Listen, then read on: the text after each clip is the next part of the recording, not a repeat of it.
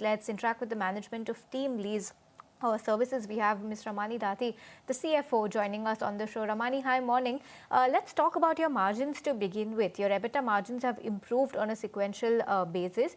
And if you could help us understand that this figure that the margins have come to now, if this is sustainable for the entire FY26, or are you guiding for an expansion on this front? Yeah, hi, good morning. So we have already informed that last quarter we have fully bottomed down on the margins, and from here onwards, there'll be a steady improvement on absolute profits as well as on the margins. So as we have demonstrated in Q2, we have reported a sequential margin improvement of 24% on EBITDA. And even for a full year basis, we are expecting upwards of 20% growth on operating profit. So that will also lead to margin improvement. But for me, it's very difficult to quantify or give any kind of guidance on margin front. On absolute profits, yes, we are confident that we'll sequentially improve, as well as on a full year basis as well will improve. Sure, but Ramani, is the trajectory of the margins upwards? Yes, definitely. Because, we may not be able to maintain the same 24% growth sequentially for the other 2 quarters of the year. But definitely, yes, because even the Q3 festive season is looking strong. We are seeing very good pickup in GCC numbers as well as Tier-2 IT services. Tier-1 IT services are still, they haven't come back on hiring. But for us, the higher margin business, which are the GCC hiring as well as Tier-2 IT services, they look very promising. And we are seeing very good growth in the pipeline for the rest of the year for overall IT hiring. So on back of that, we are confident for the other 2 quarters of this year as well, we should have a margin expansion. Right. What makes you so confident about IT hiring in the second half or next year? It's more based on the discussions that we are having with our clients and the pipeline of open positions that we have built, because there are many new GCCs that we have signed in the last 2 quarters, and majority of the hirings are lined up for the next 2 quarters, in the coming 2 quarters. As well as I mentioned, the Tier-2 IT services is where we are also seeing good demand, especially at cutting edge technologies, cyber security. So these are the areas where we are seeing good open positions. Right. Ramani, you did speak about GCCs, and especially after this visa in the USA, that entire issue that we've seen out play, the demand for GCCs has gone up. How do you see the hiring for this segment shaping up, and what could be the demand trajectory there?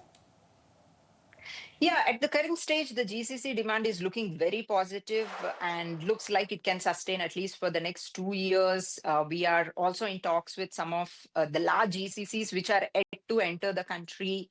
And these are the GCCs which are not just focusing only on setting up the IT skill centers. They're also looking at non-IT profiles, the premium profiles like financial analysts, actuaries, legal and HR professionals. So it is across the spectrum. They are actually setting up the global business centers here. And also as far as IT profiles are concerned, so they are looking at the premium profiles. Salary levels are almost 2x higher than typically what it would be in IT services. And also they are looking at the new age technologies, not just the typical coding or those kind of profiles.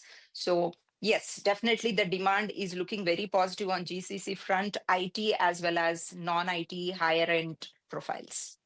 That's quite interesting. So is it the traditional IT services providers, Ramani, who are setting up these GCCs? No, they are also helping in setting up these GCCs, but they are not the ones who are primarily kind of leading these activities. So in fact, some of these large IT services are also pitching for contract staffing mandates with them, some kind of project management during their initial setup phase. So that activity is there. But overall, from our side, as far as Tier-1 IT services are concerned, we are not seeing any kind of new demand coming in. So they have been steady with the same headcount. And there are no new positions. So in fact, even the backfilling also, they've been very choosy. Even if there is an attrition of, say, 100 open positions, out of the 100, they are only backfilling 80 or 85 positions. So they are not even backfilling the attrition 100%.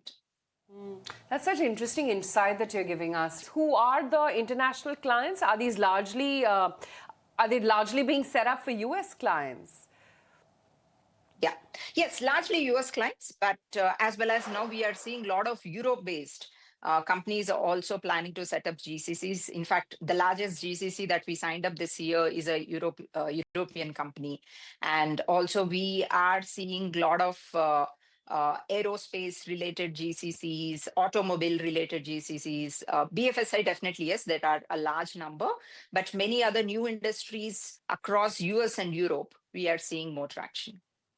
Right, and Ramani, let's talk about your own headcount addition. 11,000 is a steep number for one quarter. Now, that is looking healthy for you, and a lot of this has been across specialized services. If you could give us a breakup of where you're seeing more demand in terms of which sectors are doing well, and what's the outlook on repeat clients that you're seeing? Yeah. We have added overall about 11,000 this quarter, out of which almost 9,000 are from general staffing related profiles. Again, largely driven by BFSI. Retail and e-commerce did very well for us in H1 this year. And auto, semiconductor, mobile assembling units. So these are some of the areas where we are seeing very good hiring numbers in H1. And even for Q3, we are looking very high demand, especially from consumer verticals, both FMCG, FMCD, as well as retail, e-commerce, and quick commerce. BFSI, as of now, it's been steady, but we have to see if RBI comes up with any other new regulation in terms of any hiring restrictions or any specific restrictions on NBFC. To some extent, that can impact the BFSI hiring. But the consumer verticals, we are seeing very good open positions. Okay. So how is it that you're catering to this mega expansion that you're also catering to at Teamlease? Any inorganic growth opportunities, any acquisitions?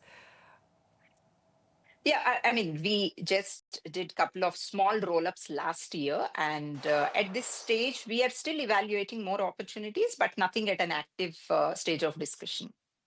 Right. Okay, great to have you today on the show, Ramani. Thank you so much for your time.